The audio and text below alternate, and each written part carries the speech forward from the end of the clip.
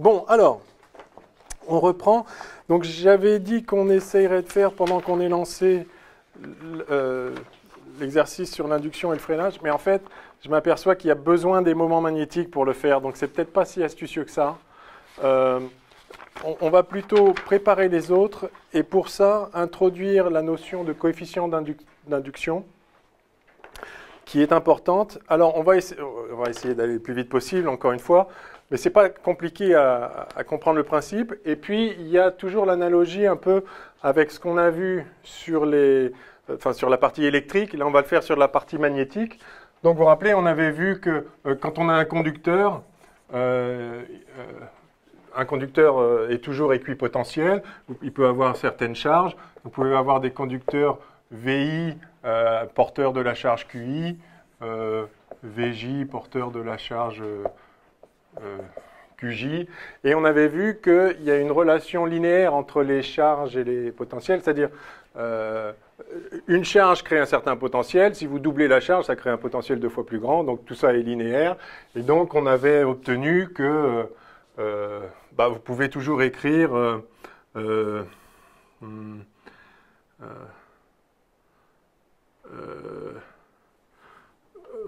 voilà. Bon, enfin, oui, le potentiel qui règne en I, c'est une somme de CIJ, sauf que c'est justement l'inverse, QI, c'était une somme des CIJ VJ, et c'est comme ça qu'on avait introduit les coefficients de capacité. D'accord. Alors quand vous avez deux conducteurs en influence totale, vous avez Q de l'un qui vaut moins Q de l'autre, et du coup on retrouvait la formule Q égale CU, où U était V de l'un moins V de l'autre. Hein. D'accord. Donc vous vous rappelez à peu près ça. Et puis on avait vu aussi que l'énergie pour constituer le système, c'était 1/2 de somme des QI, VI. Vous vous rappelez de ça, hein? Et de là, parce qu'il ne faut pas les compter 2 fois, il y avait le fameux 1/2, etc. De là, alors on tire, dans le cas du condensateur, où vous avez donc deux conducteurs avec la même charge, enfin opposés, on avait retrouvé le 1/2 de CU carré,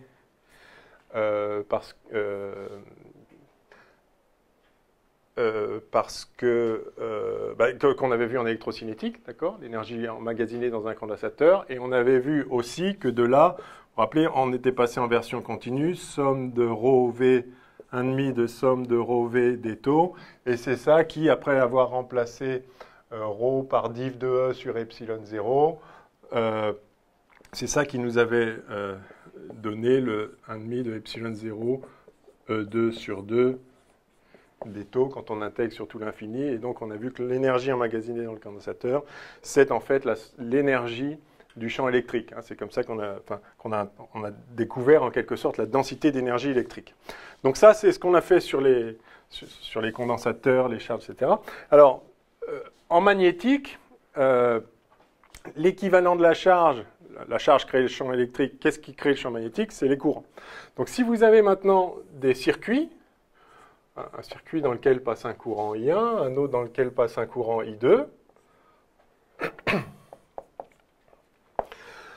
alors il y a aussi de l'énergie associée à ça. Pourquoi il y a de l'énergie associée à ça? C'est-à-dire que pour constituer cette configuration de courant, il faut fournir de l'énergie, parce que quand vous avez un courant I1 dans un circuit 1, ce courant crée un champ B, et ce champ B, il a un flux à travers le circuit 2. D'accord? Le circuit 1 crée un champ B, et donc il y a un flux de B créé par le circuit 1 à travers le circuit 2. Donc si vous partez de pas de courant ici et que vous mettez du courant, pour faire ça, vous allez donc, en mettant le courant, vous allez mettre un champ B, et du coup, vous allez changer le flux à travers le circuit ici. Quand il n'y avait pas de courant, il n'y avait pas de champ, le flux était nul. Maintenant qu'on a mis du courant là, il y a un champ B1 créé par le circuit 1, et donc maintenant, il y a un flux là. Donc le flux est passé de 0 à quelque chose, donc il a varié. S'il a varié, il y a eu une force électromotrice, et donc, il y a eu un phénomène d'induction. Et donc, monter le courant là, c'est pas gratuit, quoi. D'accord. D'accord. Mettre du courant dans ce circuit-là, ça induit un courant là-dedans. Ce courant-là, il va diminuer I2 ou il va faire un champ B qui s'oppose à la variation de flux là-dedans. Enfin, il va y avoir des effets d'induction qui sont associés à un champ B qui coûte de l'énergie. En fait, sur un conducteur, Ouais. I1 dans la première spire qui induit un champ B1. Ouais. Le champ B1, il arrive sur la spire numéro 2 qui va induire un courant I2. Ce courant I2 va induire un champ B2 qui va revenir à... Et qui va diminuer celui-là. Or, si on veut établir le courant, il faut donc fournir de l'énergie. De toute façon, pour mettre du courant dans un circuit, il faut mettre de l'énergie, puisque ça va créer un champ B, et le champ B... Donc, l'équivalent de ça, enfin, il y a un équivalent dans le domaine magnétique, et on avait déjà vu une grande partie de cette analogie-là, puisqu'on avait vu que ça, là, cette énergie de constitution du système, on avait vu que dans la version, enfin dans le côté magnétique de la chose, on avait vu que on avait cette expression-là qui était l'équivalent, enfin le symétrique ou l'analogue, hein, où à la place de la charge, on met le vecteur densité de courant, et à la place du potentiel, on met le potentiel vecteur. Ça, on l'a déjà écrit, on l'a vu. Et on avait vu aussi que de là, donc de même qu'on passe de là à là en remplaçant ρ par div de E sur epsilon 0, par epsilon 0 div de E, excusez-moi, j'ai dit l'inverse aussi tout à l'heure, par epsilon 0 div de 1, parce que div de E c'est ρ sur epsilon 0, et qu'après, vous vous rappelez, on avait fait une transformation, on avait dit que div de EV, enfin, etc. Bref, on avait fait le truc, on avait obtenu ça. Là, de la même façon, en écrivant que J, en fait, c'est rod de B sur mu0, et que rod de A, c'est B, en faisant les manipulations vectorielles qui vont bien, on avait montré que ça c'est égal à somme triple sur tout l'espace, partout jusqu'à l'infini, de B2 sur 2 mu0 des taux. Yes? Et c'est là qu'on avait vu que la densité d'énergie magnétique, enfin, il y a une densité d'énergie associée au champ magnétique et elle s'exprime comme ça. Ça, on l'a fait. Et le lien avec l'inductance en demi-2 à carré, c'est... Alors, justement, c'est là où je veux venir, parce qu'on ne l'avait pas encore fait, et c'est ça que je veux faire là maintenant. Alors, donc, ça donne ça, mais ça donne aussi ça. Quand on applique ça sur des conducteurs, ça, c'est égal à ça si on l'applique à des conducteurs discrets comme ça, parce que, en fait, sur tout le conducteur, V est le même. Hein, c'est un conducteur, c'est équipotentiel, vous vous rappelez, à l'équilibre. Hein. Donc, le V est le même sur tout le conducteur, et donc sur chaque conducteur, vous avez en fait la somme des ρ des taux. Et la somme des ρ des taux, c'est Q. C'est la charge totale. Donc ça, c'est bien égal, quand vous avez des conducteurs discrets, à ça. D'accord? Vous faites la somme sur tous les conducteurs de la somme des charges qu'il y a sur chaque conducteur fois le potentiel du conducteur. D'accord? Donc, ça, c'est le truc de base. Ça nous montre, dans une version continue, enfin, en passant dans les champs, ça nous montre que l'énergie, en fait, du système, c'est en fait l'énergie du champ. Mais on peut aussi l'exprimer de cette façon-là, quand on intègre sur des conducteurs spécifiques, c'est-à-dire qui sont équipotentiels, Et ça, dans le cas où il y en a deux sous influence totale, ça nous avait permis de retrouver cette équation-là. D'accord ? Donc l'énergie électrostatique d'un système de conducteurs, l'énergie électrostatique de n'importe quoi, c'est ça, et donc c'est ça, mais dans le cas particulier d'un système de conducteurs, ça, c'est égal à ça. Enfin, ça va vraiment, là, vous voyez comment on passe de là à là, hein. C'est discret ou continu. Enfin, en gros, Oui, si en fait, il n'y a des charges que sur des conducteurs équipotentiels, cette somme triple-là, vous pouvez c'est une somme triple sur tout l'espace, mais il n'y a des charges que sur les conducteurs, donc ça devient une somme sur chaque conducteur I de somme triple de ρ V d taux sur le conducteur I. VI, c'est le même pour tous les enfin, c'est le même sur tout le conducteur, donc vous pouvez le sortir de l'intégrale. Donc ça, c'est somme triple de ρi d taux fois VI. Et somme triple de ρi d taux, c'est QI, c'est la charge totale. Donc c'est bien la somme des QI VI. Donc ça, c'est la base. On voit que c'est en fait l'énergie du champ, mais on voit aussi qu'on peut l'exprimer comme ça. Et ça, dans le cas où il n'y en a que deux, bah, ça donne exactement ça. D'accord ? Parce que vous avez 1,5 de Q1 V1 plus 1,5 de Q2 V2, mais Q2 égale moins Q1, puisqu'ils sont en influence totale, c'est le condensateur, il y a une charge Q sur une armature, il y a moins Q sur l'autre, et donc ça fait 1,5 de le Q en question, facteur de V1 moins V2, et voilà. Hein. Bien. Alors, de la même façon ici, ça, c'est l'énergie magnétique de base qu'il y a dans la distribution. Vous pouvez montrer que c'est en fait égal à la somme de la densité d'énergie magnétique, mais vous pouvez maintenant considérer ce que ça donne dans le cas de circuits filiformes comme ça. Alors là, ça veut dire que cette intégrale-là, partout où il y a du courant, en fait, il y a du courant dans des fils, donc ce J des taux, vous allez le remplacer par un IDL. D'accord ? C'est-à-dire, en gros, ça revient à intégrer sur la surface du fil, s'il n'était pas vraiment filiforme. Le courant, c'est la somme de JDS, et il reste donc un IDL dans ce détaux. D'accord ? Vous vous rappelez, en version volumique, on a J détaux, en version surfacique, on a ça, et en version linéique, on a ça. Donc, dans le cas de circuit filiforme, on a 1,5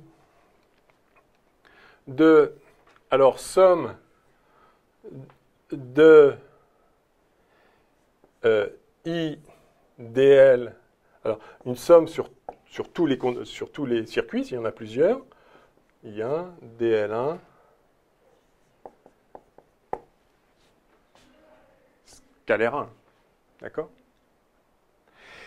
Et maintenant, alors I, le courant est le même dans tout le... Enfin, j'ai mis 1, je vais mettre I. Le courant est le même dans tout le circuit. Donc ça fait une somme sur I des 1,5 de I.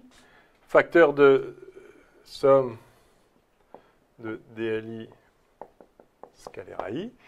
Et ça, théorème de Stokes, Stokes-Ampère, ça, c'est la somme double du rotationnel de A, AI, scalaire ds.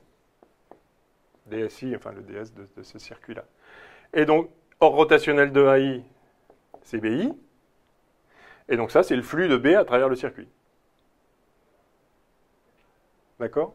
Donc on obtient somme sur I, je vais un peu vite, mais on obtient somme sur I des 1,5 de II phi I, où II est le courant dans le conducteur I, enfin dans le circuit I, et phi I, ça c'est le flux du champ B créé par tous les circuits à travers le circuit I.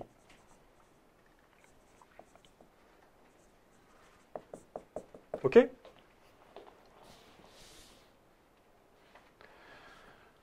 Donc, Et ça, c'est quoi? Enfin, je veux dire, donc voilà. Donc, le égal, c'est quoi ce qu'il y a avant le égal? c'est l'énergie magnétique. L'énergie magnétique de la configuration. L'énergie magnétique est là. Elle peut s'exprimer en termes du champ ou dans le cas particulier de circuit filiforme, elle s'exprime comme ça, à partir du... C'est le produit du courant fois le flux du champ à travers le circuit, avec le 1,5 toujours, parce que, enfin, pour la même raison, il y a le flux du champ créé par l'un à travers l'autre, mais l'autre à travers l'un, il ne faut pas le compter deux fois, enfin bref. C'est l'analogie, je ne peux pas refaire tout en détail, mais voilà. Donc vous voyez vraiment, hein, l'énergie électrique, c'est ça, qui peut s'exprimer en termes de champ électrique avec cette densité d'énergie, ou dans le cas de conducteurs à l'équilibre, bah, ça s'exprime comme ça. Côté magnétique, l'énergie magnétique, c'est ça, qui peut s'exprimer soit en termes de champ magnétique partout dans l'espace comme ça, soit dans le cas particulier de circuit filiforme, bah, comme ceci. Donc somme des 1,5 de I phi. Et maintenant, l'équivalent du fait que la charge est proportionnelle au potentiel ou que les potentiels sont proportionnels aux charges, parce qu'il y a une relation linéaire entre le potentiel et la charge, l'équivalent de ça, c'est que le flux du champ à travers le circuit est proportionnel au courant qui génère ce champ. Pour la même raison, une charge génère un potentiel qui est proportionnel à la charge. De la même façon, un courant génère un champ B qui est proportionnel au courant. C'est Biot et Savart.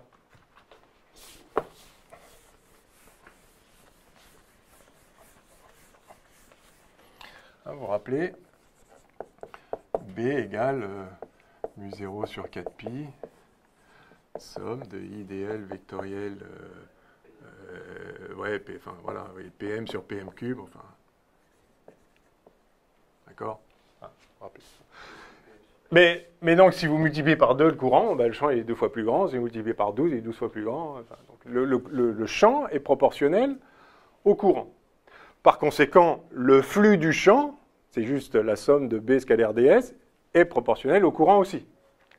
Donc, de même qu'on a une relation linéaire que je viens d'effacer de Q en fonction des VI, ou de V en fonction des QI, c'est juste la matrice inverse, de même, on a une relation linéaire entre le flux et les courants. Donc, dans le cas particulier de deux circuits comme ici, si je veux calculer le flux, bah exactement celui que j'ai écrit là, le flux, alors je vais le noter en abrégé, le flux de 1 à travers 2. Donc, c'est le flux du champ B créé par le circuit 1 à travers le circuit 2. Ouais. Alors, allons-y. C'est quoi ce flux? Eh bien, donc, par définition, c'est la somme double à travers le circuit 2 de B1 scalaire ds2. Comme ça, on va être explicite. D'accord? Et donc, c'est la... Alors, on peut refaire Stokes à l'envers.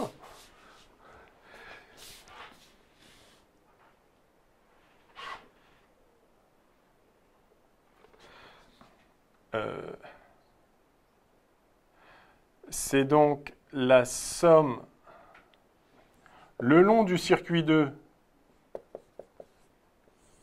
de A1 scalaire dl2. D'accord? Et A1, bah, lui-même est proportionnel à I1. Pour appliquer Stokes, il ne faut pas que ce soit à l'intérieur du flux, ce soit rod de B, mais rod de B c'est... Non, c'est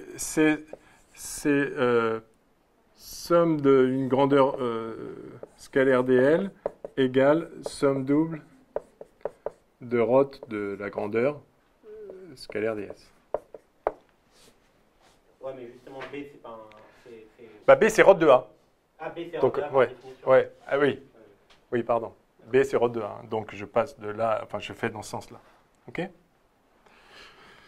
B c'est rho de A, donc on a ça. Et alors maintenant, que vaut A1?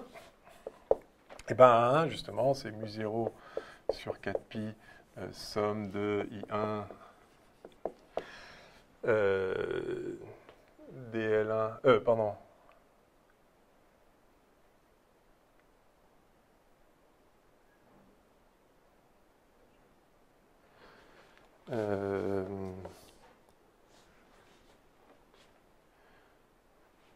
Ah oui, bah sur R, oui, c'est ça. Sur R, sur la distance entre le point, enfin sur PM, sur P1M, si vous voulez, voilà. Où P est le point courant le long du circuit.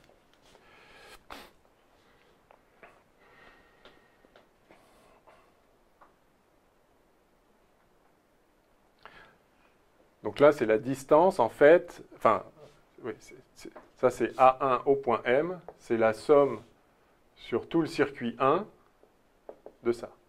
On a aussi déjà vu ça, bien sûr. B égale ρ de A, oui. Et quand on fait le ρ de ça, on retrouve Biot et Savart. On ne devrait pas avoir enfin, là, pour l'expression du potentiel vecteur, en haut, A, PM, vecteur PM sur PM carré? Non, en fait, ça s'exprime comme ça. Parce que UPM, c'est PM sur PM, c'est vecteur PM Sur PM carré. de PM. Voilà. Ah, mais il n'y a pas de UPM, vous ne l'avez pas mis là, le UPM, il est où? C'est la même chose. DL et UPM, c'est pareil? Non, non, non, non. Ça c'est le vecteur DL le long du circuit. 1. Je comprends pas comment on passe de B à A. Bah, en fait, c'est peut-être. En fait, si vous prenez le rotationnel de ça et que vous le calculez, vous allez trouver ça. Mais si vous voulez, c'est un peu comme quand vous avez une charge. Non, non, je parlais de A. Enfin, tu vois,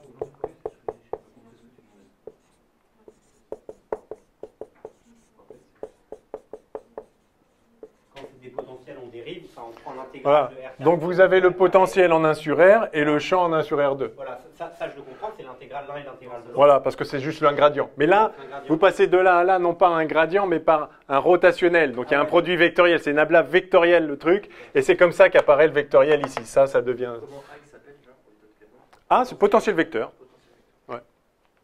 D'accord. Ok. Enfin, bon, admettez ça, mais... ça, je pense qu'on vous le redonnerait s'il y a besoin de l'utiliser brutalement. Enfin, ceci dit, regardez vos notes de cours précédents, on l'a déjà écrit, mais... Le potentiel vecteur, je crois que c'est pas au programme du CAPES. Non, c'est possible. Ah, enfin... J'avais vu un cours du CNED de l'année dernière ouais. où il y avait marqué dans le poly, il parlait du potentiel, de la, comment ça s'appelle, le potentiel V, quoi. Ouais. Ils en parlaient. Oui, Et oui. il y avait une petite note sur le potentiel vecteur. Ouais. Il donnait la Voilà. définition, mais il disait, ouais, c'est pas Ouais. le programme du CAPES. Je sais pas. Voilà, il faut savoir que B égale ρ de A, que ça dérive d'un potentiel, c'est comme ça qu'on retrouve plein de choses. Mais cette expression-là, comment calculer le potentiel vecteur à partir d'un circuit, c'est pas, vous n'avez pas à le savoir. Mais Biot et Savart, ça l'est. Hein, donc, et ça, c'est juste le rotationnel de ça. Donc voilà. Mais ça, si vous en avez besoin, on vous le donnera. En l'occurrence, je vous le donne. Et donc, il suffit de le remplacer là. Ce qui est important, encore une fois, c'est juste que ce A1 est proportionnel à I1, donc ce rotationnel aussi est proportionnel à I1. Enfin, là, c'est calcul B1, c'est ça. Donc, le champ est proportionnel au courant, et donc le flux du champ est proportionnel au courant. Mais là, en l'occurrence, le coefficient de proportionnalité, je peux même l'écrire, le voici, puisque maintenant, il suffit que je remplace 1 parce que ça vaut ici. Et donc, je trouve mu0 sur 4pi, somme sur le circuit 1, somme sur le circuit 2, de, alors je sors le courant I1, qui est ce qu'il est, de dl1 scalaire dl2 sur P1M2, enfin sur ça c'est le point sur le circuit 1, et ça c'est le point sur le circuit 2. Donc voilà ce qu'on obtient. Et donc c'est égal, en fait, je vais le mettre comme ça, je vais mettre fois I1 ici, voilà, c'est égal à ça. Donc je viens de calculer de façon formelle, évidemment, après, ça dépend, ces intégrales-là dépendent de la forme du circuit, de où ils sont les uns par rapport aux autres, de quelle distance il y a entre les circuits, comment ils sont orientés, enfin bref, ça dépend géométriquement de quel circuit on parle, mais formellement, le flux du champ créé par le circuit 1 à travers le circuit 2, c'est un certain truc fois le courant I1. C'est vraiment pas une surprise, le champ étant proportionnel au courant, le flux du champ va être aussi proportionnel au courant. Et donc, de même qu'on avait le potentiel qui est proportionnel aux charges, on a le flux qui est proportionnel au courant. Eh bien, le coefficient de proportionnalité, on l'appelle coefficient d'inductance. De même que le coefficient de proportionnalité entre les charges et les potentiels, on l'appelait coefficient de capacité. C'est balèze l'inductance. Enfin, c'est balèze dans le sens où c'est deux intégrales sur... Oui, bah, ce coefficient, il vaut ce qu'il vaut, il vaut ça. Mais alors, ce qui est intéressant là, c'est que ça, vous voyez que c'est complètement symétrique entre le circuit 1 et le circuit 2. Ça, c'est la distance d'un point d'un circuit au point de l'autre circuit, et DL1 scalaire DL2, c'est DL2 scalaire DL1. Donc, si vous cherchez maintenant le flux de 2 dans 1, bah, c'est pareil en changeant 1 et 2, les 1 et 2, et cette fois I2. Et donc, ça va être la même intégrale. Alors, on la note M, ça s'appelle coefficient d'inductance mutuelle, donc M comme mutuelle. Enfin, coefficient d'induction mutuelle, plus exactement, ou bien inductance mutuelle. Bon. Donc, coefficient d'induction mutuelle, ou inductance mutuelle. Alors ça, normalement, ça devrait être M de 1 vers 2. Enfin, ou M de, on noterait plutôt M de 2, 1. Vous voyez que ça n'a aucune importance, parce qu'en fait, ici, on aurait, donc par définition, phi de 1 dans 2, c'est M de 1, I1. Et phi de 2 dans 1, c'est M1, 2, I2. Lui aussi est proportionnel à I2, enfin au courant de l'autre. Mais vous voyez que le coefficient d'induction mutuelle, en fait, c'est le même, puisque c'est symétrique en 1 et 2. D'accord? M de 2, 1, ça se prononce comment? C'est le coefficient d'induction mutuelle de quoi dans quoi? De 1 dans 2. De 1 dans 2. Donc la fin, c'est on commence par la fin et on va vers le début. Enfin, Ouais. Enfin, on fait un peu comme on veut, parce que justement, ils sont M de 1 égale M1 2. Donc, mais sinon, c'est juste pour pouvoir écrire que phi I, c'est somme de MIJ, IJ.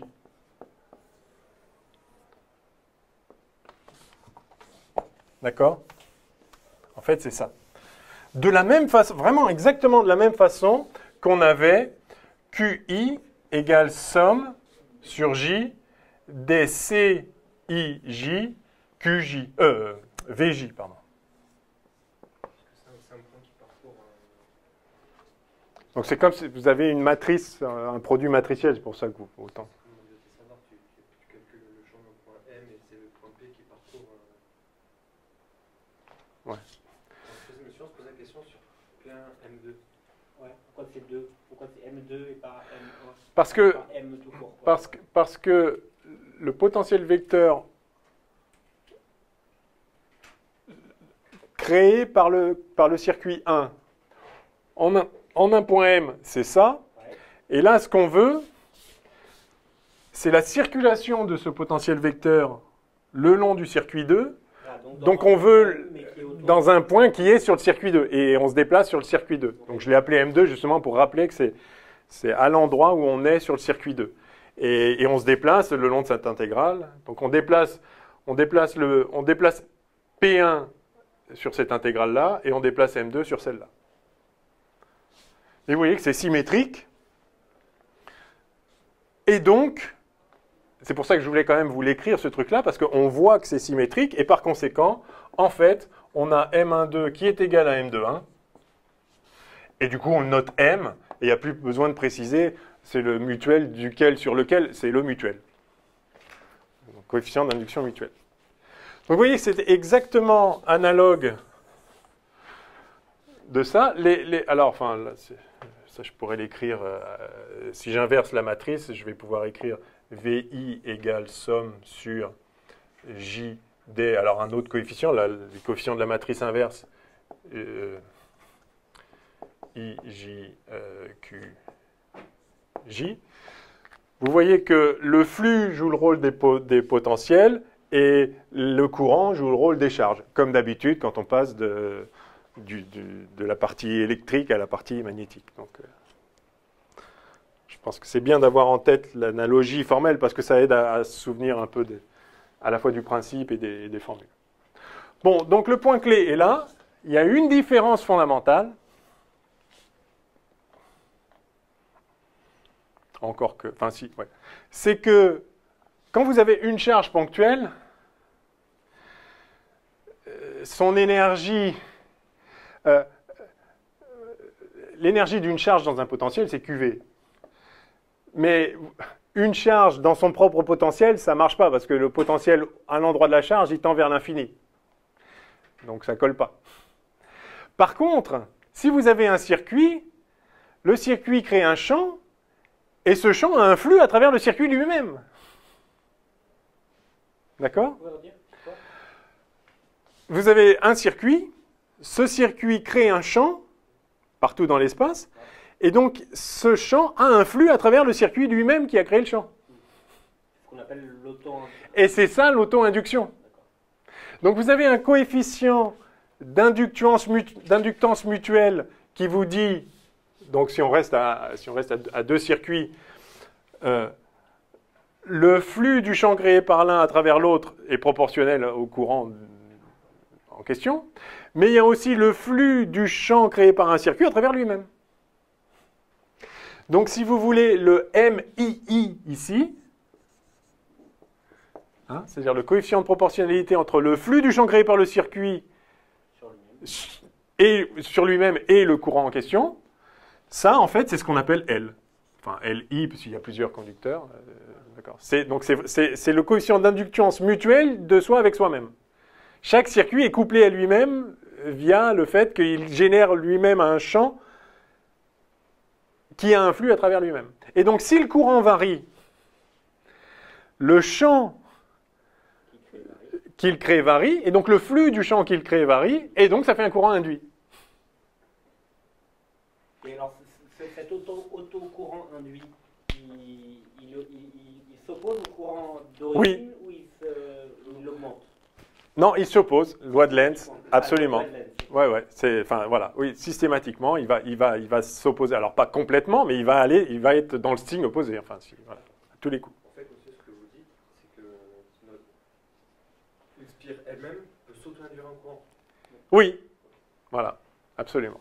Donc si je prends un fil, je lui fais passer 1 ampère. Ouais. Donc il y a 1 ampère qui passe. Et maintenant je prends ce fil et je lui fais une boucle. Ouais.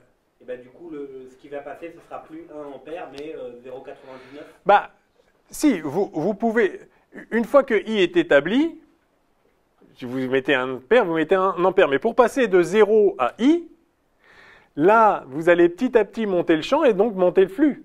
Maintenant, si vous avez I qui est constant, ok, il y a un flux, mais il n'y a pas de défi sur dt. Et donc, il n'y aura pas. Ah, voilà. Donc, tant que ça varie, oui, il y a l'effet d'induction. En fait, c'est pour éviter, c'est pour ça qu'on a dit qu'il faut dérouler un enrouleur de... Oui, si vous ne voulez pas d'inductance, il vaut mieux pas faire des boucles, parce que du coup, quand vous faites des boucles, vous allez faire du flux du champ à travers, enfin, du champ, du circuit à travers lui-même. Ça va diminuer si on entend de l'intensité. Bah, enfin, non, une fois qu'il est établi, mais vous allez avoir une inductance. Vous allez avoir, enfin, l'effet... Toujours établi au bout d'un moment. Bah, ça dépend si vous avez un courant variable. Ouais, le truc, c'est qu'au bord d'un conducteur, enfin, ou d'un circuit qui a, ou d'un bout de circuit, qui a une inductance L, vous allez avoir, eh bien, vous allez avoir une tension qui vaut LDI sur TT. La fameuse... C'est comme ça que ça sort le... Parce que, tout simplement, vous avez une force électromotrice. Ah.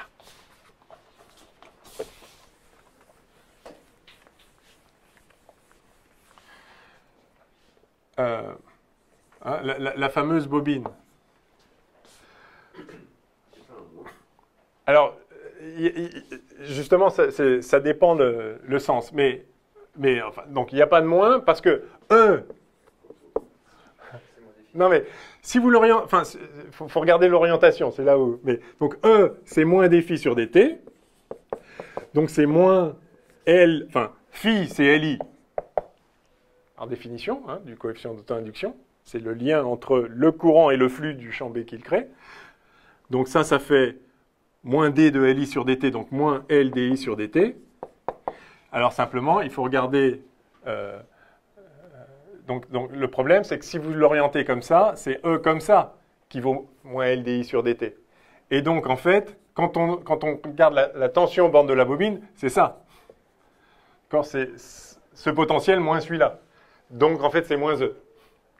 Et donc, aux bornes d'une bobine, la tension, c'est LDI sur dt. Mais c'est un phénomène purement inductif. Ça ne sort pas du chapeau. C'est effectivement, si vous avez un coefficient d'inductance L, c'est-à-dire que le courant dans votre élément de circuit induit le flux de son propre champ, qui vaut Li par définition du coefficient L, et bien du coup, si vous faites varier ce courant, eh bien, il va apparaître une force électromotrice qui vaut quoi? Qui vaut moins LDI, enfin qui vaut moins dφ sur dt, donc moins LDI sur dt. Et donc, voilà. Donc, ça va vous faire une tension comme ça. OK? Donc, en fait, la formule U est égale à LDI sur dt, c'est rien d'autre que la loi de Faraday avec... Absolument. C'est exactement ça. C'est pour ça que, si j'avais le choix, je ferais l'électromagnétisme avant de faire l'électrocinétique, parce que d'où ça sort sinon. Et c'est pareil, le Q égale CU là, dans un condensateur. C'est pareil, c'est juste... Au fond du fond, on a les équations de Maxwell, on a l'électromagnétisme, et il se trouve qu'effectivement, c'est pour ça que je vous ai remis là tout à l'heure, quand cette énergie électrique, quand vous l'appliquez à un ensemble de conducteurs, eh ben ça vaut autant, somme des QI, enfin des trucs, enfin je sais pas, c'est effacé. Et quand vous faites sur des circuits comme ça, ben, l'énergie magnétique, c'est à nouveau somme des... Ah ben je l'ai effacé aussi, je vais le remettre juste là. C'était l'analogie électrique. On avait, donc vous vous rappelez, somme, enfin, l'énergie magnétique, donc on a vu que c'était 1,5 de somme des II phi I, d'accord, hein, c'était ça. Mais sauf que le phi I, maintenant on sait que c'est somme des MIJ, IJ. Donc quand vous avez plusieurs circuits, vous avez ici 1,5 de somme sur I des MIJ, II, IJ. Et quand vous avez qu'un seul circuit, bah le MII, c'est L, coefficient d'induction mutuel du circuit avec lui-même. Et puis le II, c'est le même que le IJ. Si vous avez qu'un circuit, un circuit, ça fait 1,5 de LI carré. La fameuse énergie emmagasinée dans la bobine, qui n'est rien d'autre que l'énergie du champ magnétique créé, et qui n'est rien d'autre que l'énergie, en quelque sorte, d'interaction entre le courant et le champ des autres. Enfin, mais sauf que là, c'est le champ de lui-même. Donc on retrouve, voilà, ça.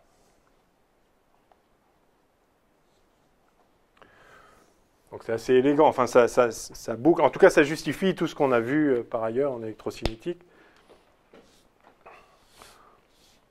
où on a dit bah, la tension au bord du condensateur c'est CU, enfin c'est Q sur C, et la tension au bord de la bobine c'est LDI sur dt, bah, voilà pourquoi. C'est un phénomène d'induction pour la bobine, et un phénomène électrostatique pour le condensateur. OK? Voilà. Ouais, alors voilà, donc c'est ça que je voulais faire là maintenant. Quelle heure est-il? Bah, ça va, on va pouvoir faire... Alors, on va peut-être...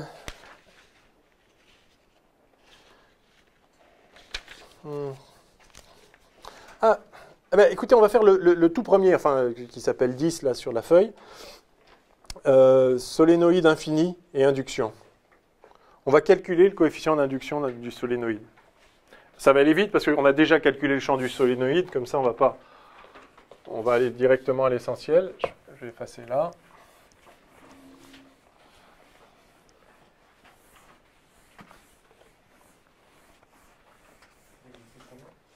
Le 10. Donc c'est le premier de la deuxième feuille que je vous ai distribué.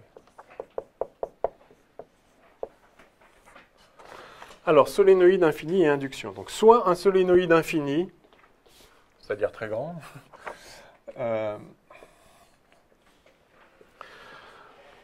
formé d'un enroulement circulaire contenant n spin par unité de longueur.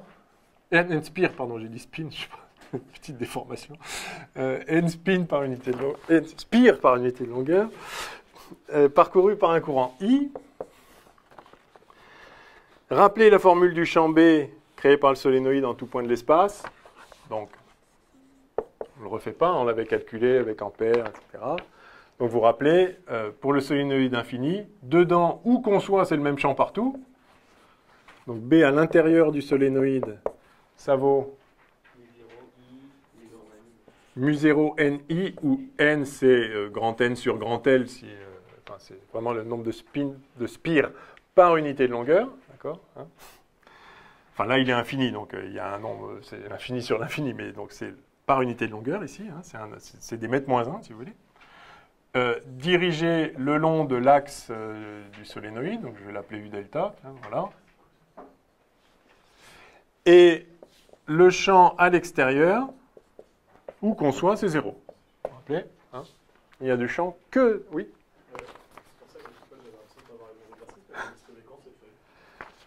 Ah, je sais pas, il y a longtemps.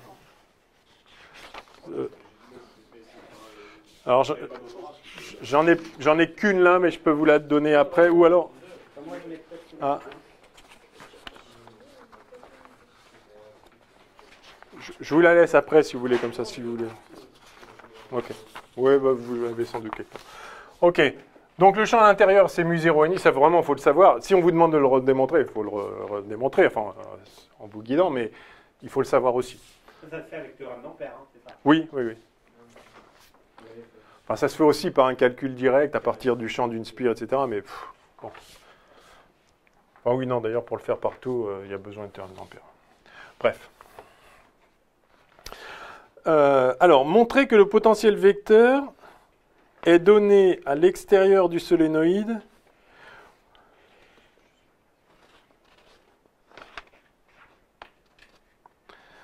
oui.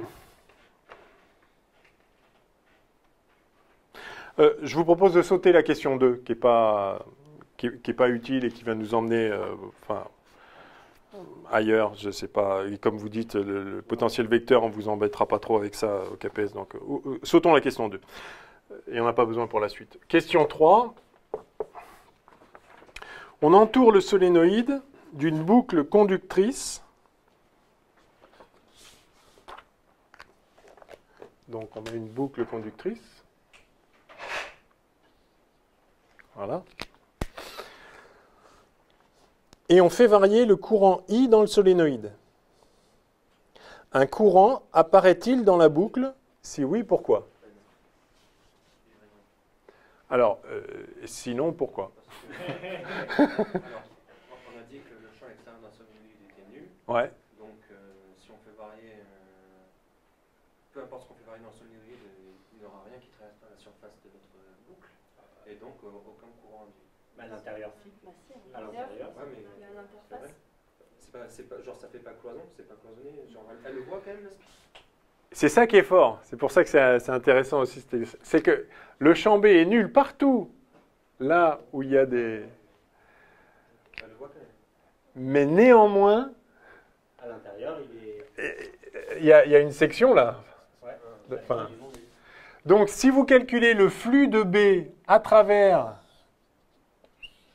la spire, bah, on va le calculer, ce flux, en fait. Hein. C'était comme si c'était le flux à travers la bobine elle-même, non? Du coup, oui, à travers... enfin, de la bobine. ouais, à travers le petit disque intérieur, ouais. En tout cas, c'est ça. À travers... enfin, à travers, pas, je sais pas, à travers la boucle. Je ne vais pas l'appeler spire pour pas confondre. Donc, le flux de B à travers la boucle, par définition, c'est ça. Et effectivement, ça vaut 0 partout ici, là, enfin... Mais ça vaut B fois la surface, en fait, donc, la section du solénoïde lui-même. C'est fort, non? Enfin, c'est tout simple, mais enfin, votre première réponse est pas idiote absolue. Non, mais au sens où c'est vrai qu'on se dit, mais comment il peut apparaître quelque chose dans le dans le circuit, alors qu'il n'y a pas de champ B du tout. Le champ B, il est nul, il reste nul, il ne bouge pas. Donc c'est là qu'on voit qu'il faut faire attention. L'induction, c'est l'induction électromagnétique, en fait. C'est-à-dire, même si le champ B est nul et reste nul, si le flux du champ B à travers le circuit varie, et c'est à nouveau toujours Faraday, c'est ça, si le flux du champ B varie, pan, force électromotrice induite. Et alors, la question, c'est, mais il vient d'où le champ électromoteur? Là, ce n'est pas la variation du champ B, puisque le champ B ne varie pas. Donc, ce n'est pas le rod de E qui vaut moins dB sur dt. Ça a l'air de pas... Parce que B égale 0. Ah oui, dB sur dt égale 0 partout ici. Oui, mais pas là. Mais B ne varie pas parce que B1 est constant, c'est ça, hein? C'est ça ou pas? Parce que... Non, mais enfin, B, partout où il y a le fil, B égale 0. Dans la boucle verte, B égale 0 du début à la fin. Il ne vaudra jamais autre chose que 0. C'est vrai ce que vous dites, le champ B il varie parce qu'on fait varier le courant I de la bobine. Le champ B varie là, mais le champ extérieur, il est 0. C'est 0. Et on s'en fiche du champ. À partir du moment où il traverse la bobine, une partie de la... On est d'accord. du On est fil d'accord. roulé, On est tout à fait d'accord. ça traverse, quoi. On est tout à fait d'accord. Mais quand on se représente un peu trop l'induction comme étant liée, c'est parce que c'est le cas aussi, mais disons qu'il faut faire attention avec l'intuition. Enfin, j'insiste un peu là-dessus parce que c'est cette fausse intuition qui a induit la réponse que vous avez donnée et qui est pas... enfin, c'est naturel d'avoir un petit peu ce premier réflexe. On se dit, bah oui, l'induction, c'est ça en fait, c'est ρ de E égale moins dB sur dt, ça quand on l'intègre, etc., on retrouve la loi de Faraday. Mais là, on se dit, ben, partout sur le fil, là, B égale 0. B égale 0 tout le temps. Même si on fait varier le courant I, B reste 0. Donc dB sur dt partout ici, c'est 0. Sur le fil, quoi. Mais donc le rotationnel de E égale 0. Mais pas E. Pas forcément.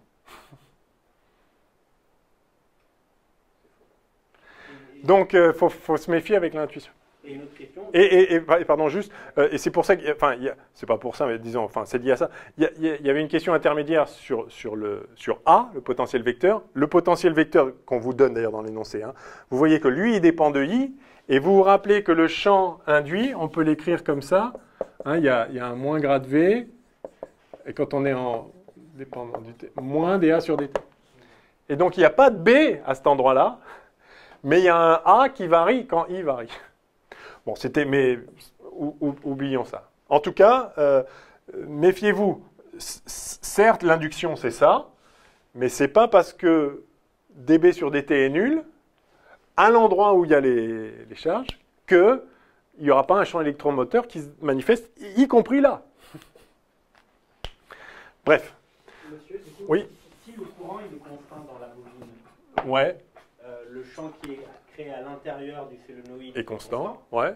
Donc le flux de ce champ-là à l'intérieur de la spire, il varie pas. Il varie pas, et donc il n'y a pas de force électromotrice. Ah oui, d'accord, c'est ça la réponse. Ouais. Oui, il y avait... Donc E égale moins dφ sur dt égale 0. C'est pour ça que quand vous avez, dans un circuit électrocinétique, quand vous avez un courant, une bobine, mais que le courant est constant, ben, la bobine, vous la remplacer par un fil. Parce qu'il n'y a pas de tension associée à cette bobine. Il n'y a pas de force électromotrice induite. Alors, en général, il y a une petite résistance interne, mais pour une bobine idéale qui n'a pas de résistance, vous pouvez la remplacer par un fil. Alors, donc, la question c'est, un courant apparaît-il dans la boucle? Si oui, pourquoi? Oui, il apparaît dans la boucle un courant parce que le flux du champ B, ben, on va le calculer. Que vaut-il? Il vaut donc B, c'est-à-dire mu0 ni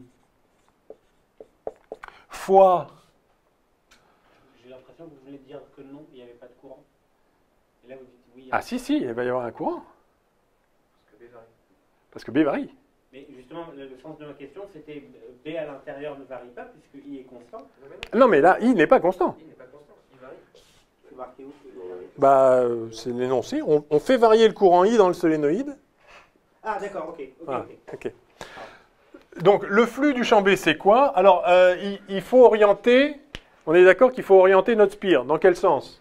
Par là ou vers devant ou vers l'arrière? Le même sens. Ok. Donc, comme ça. Si, ça me paraît pas mal, ouais. Parce que du coup, voilà, l'orientation, le ds, il est comme ça. Donc le flux, donc B scalaire ds, c'est positif. Donc on a mu0 ni fois, on nous donne le rayon du... Oui, petit a, le rayon du solénoïde, donc fois pi à 2. Hein, la surface, comme le champ est le même partout, l'intégrale, c'est juste le produit du champ par la surface.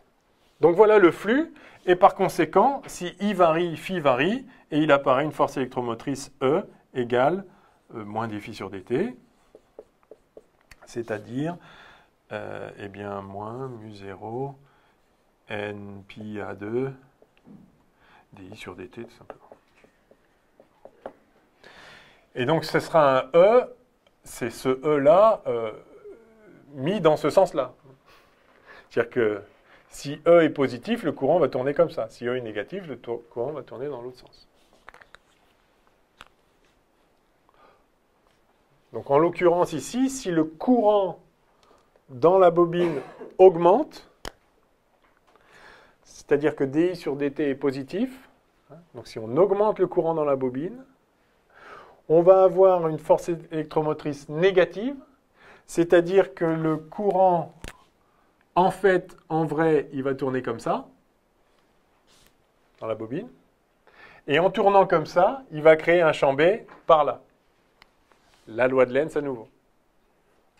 Si le courant dans la bobine augmente, le champ B comme ça va augmenter, mais le champ B créé par le courant induit va être dans l'autre sens et donc va limiter l'augmentation du champ B. Est-ce que entre tous ces phénomènes, il y a un petit temps de latence où c'est instantané? Alors, rien n'est instantané. On l'a vu dans le cours d'hier, ou d'avant-hier, je sais pas, toute modification du champ ne peut se propager qu'à la vitesse de la lumière. Jamais plus, de toute façon, rien ne peut se propager plus vite qu'à la vitesse de la lumière, mais la relativité nous le dit, mais c'est inscrit dans les lois de la thermodynamique. Toute modification, enfin, les ondes électromagnétiques qui permettent d'informer effectivement ici que quelque chose a changé là, ça ne peut pas aller plus vite que la vitesse de la lumière. Donc, pas instantané, mais enfin... Alors, justement, la façon dont le mouvement d'une charge fait varier au cours du temps le champ à distance, tout ça, c'est contenu dans les équations de Maxwell. Hein. Mais après, enfin, bon, c'est pas votre programme, hein, tout ce qu'on appelle... Et la méthode, du coup, pour le champ électromoteur, c'est... Alors... On a fait la loi de Faraday, du coup. Si vous déterminer la force électromotrice induite, ah oui, alors de deux façons différentes. À partir de la loi de Faraday, oui, c'est fait. Et à partir du champ électromoteur induit. Faraday, pas le champ induit, du coup, sous la question. Enfin, oui.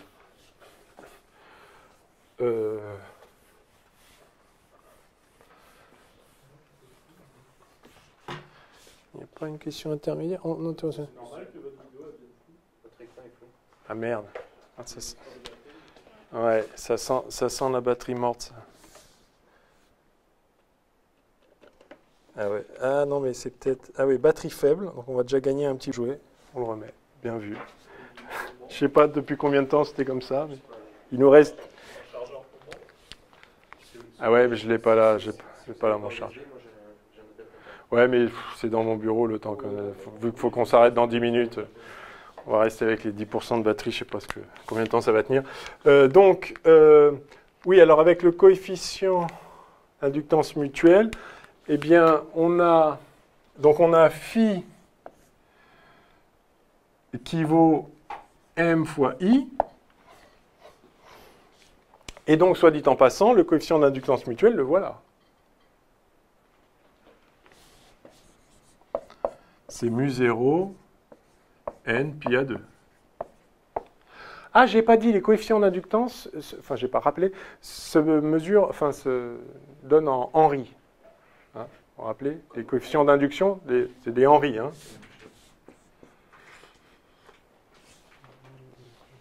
OK.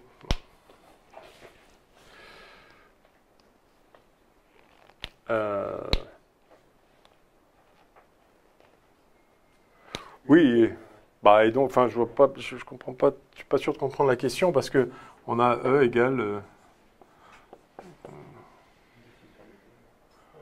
moins m dI sur dt, oui, so what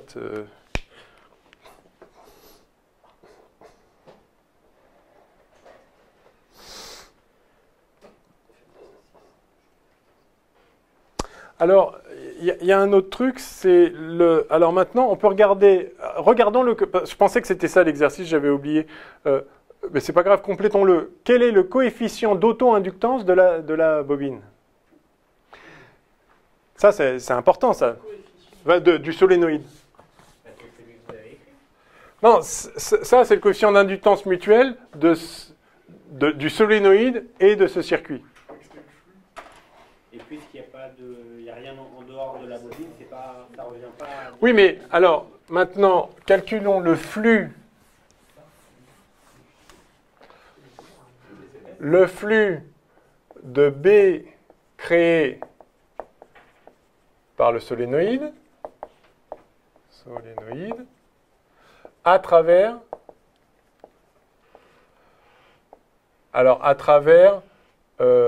1 mètre de solénoïde.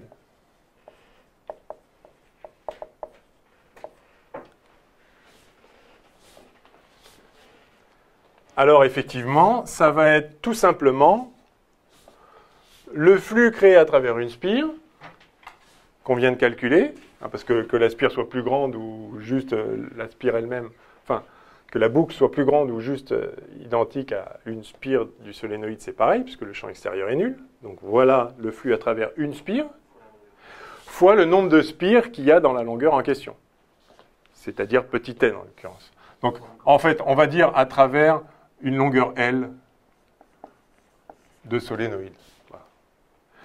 Et donc, ce flux-là, c'est le nombre de spires fois le flux à travers une spire. Jusque-là, ça va. Et donc, le nombre de spires, bah, par définition, c'est n fois grand L. Et le flux à travers une spire, bah, on l'avait, c'est mu 0 n i pi a carré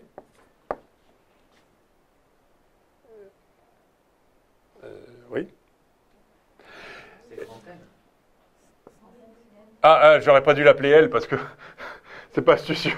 La longueur du fil, c'est pas ça va être le coefficient d'auto-induction aussi L.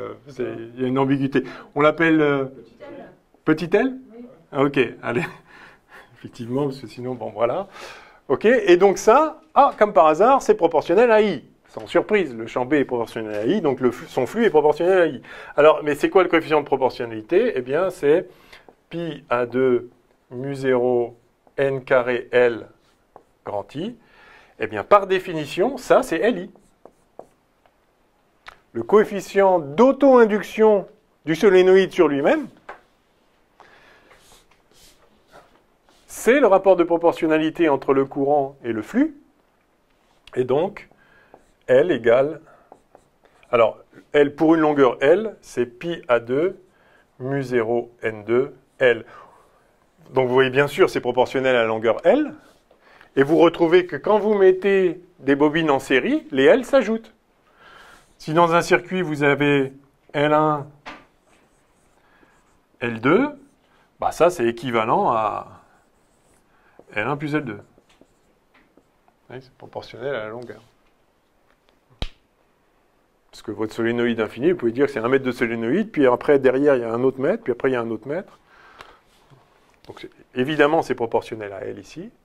Alors, la question, je pense que c'est instructif de regarder combien ça vaut numériquement, avec des grandeurs un peu normales. Enfin, un peu... Voyons ce que ça donne. Alors, vous voyez que c'est proportionnel à n carré ici.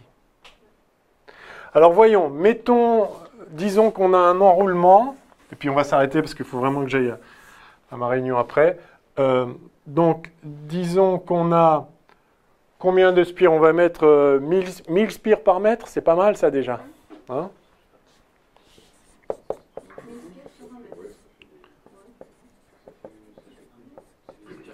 Ça fait 1 par millimètre, hein, donc c'est... C'est du gros fil, quoi. Ouais, si c'est jointif, bon, 1 millimètre, oui. Vous voulez dire qu'on pourrait faire un peu plus que ça, si on... Ouais, enfin bon, juste pour voir, et puis on verra. Donc mettons 1000 spires par mètre. Donc mu0, je vous rappelle que c'est... Enfin, vous me rappelez que c'est 4pi 10-7 dans les unités du système international. Whatever it is. Pi, c'est pi. A, on va prendre un truc de... Le rayon... Non, le rayon du solénoïde. Oh quoi, 1 mètre? Non. Ça n'y est rien. Hein. On va mettre 1 centimètre. Non, si. Ouais, 1 centimètre. 5, c'est déjà... Ouais, allez, si vous voulez. Allez, enfin... Allez, soyons fous. 5 centimètres. Donc, on prend L égale 1 mètre, je suis d'accord. Donc, on a dit 5 cm, et c'est tout. Alors, on y va. Alors, ça fait... Donc, pi fois 4pi, ça fait 40. Pi fois 4 pi 40. Ouais, pi carré, c'est 10. Ah, pi carré, c'est 10, ok. Ouais. Donc, ça fait 4, 10 moins 6, fois a carré. Alors, a carré, c'est 25, mais 10 moins 4.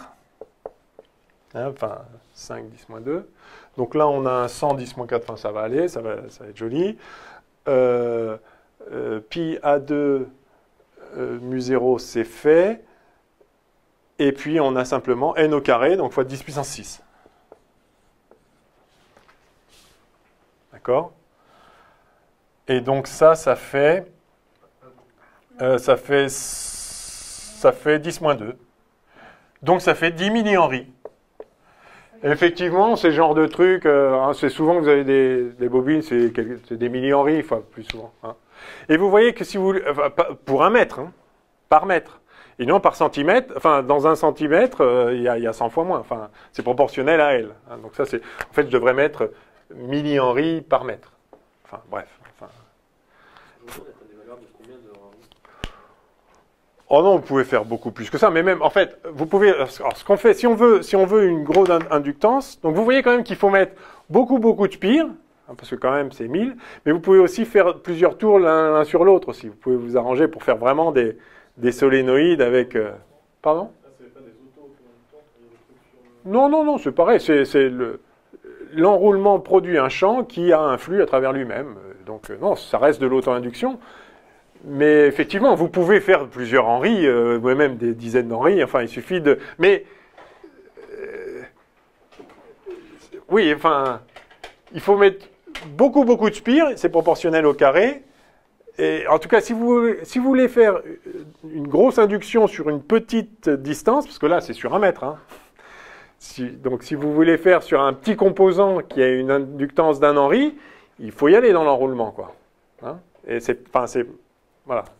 Donc c'est pour ça qu'en général, vous avez des trucs de l'ordre du millihenry. On voit que c'est l'ordre de grandeur qui sort avec des nombres un peu raisonnables. Mais ça vous montre aussi que si votre fil il fait juste 3-4 tours comme ça à l'échelle de quelques centimètres, ça va être complètement négligeable. Hein.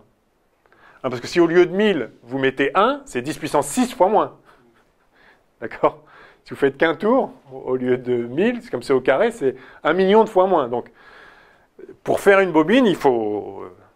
Donc, dans un circuit, quand il n'y a pas d'inductance, il y a toujours une inductance, puisque dès qu'il y a un courant, il y a un champ B, et il y a forcément un flux du champ B à travers le circuit. Mais à moins de faire exprès de mettre une inductance sévère, en général, vous pouvez complètement la négliger. Voilà.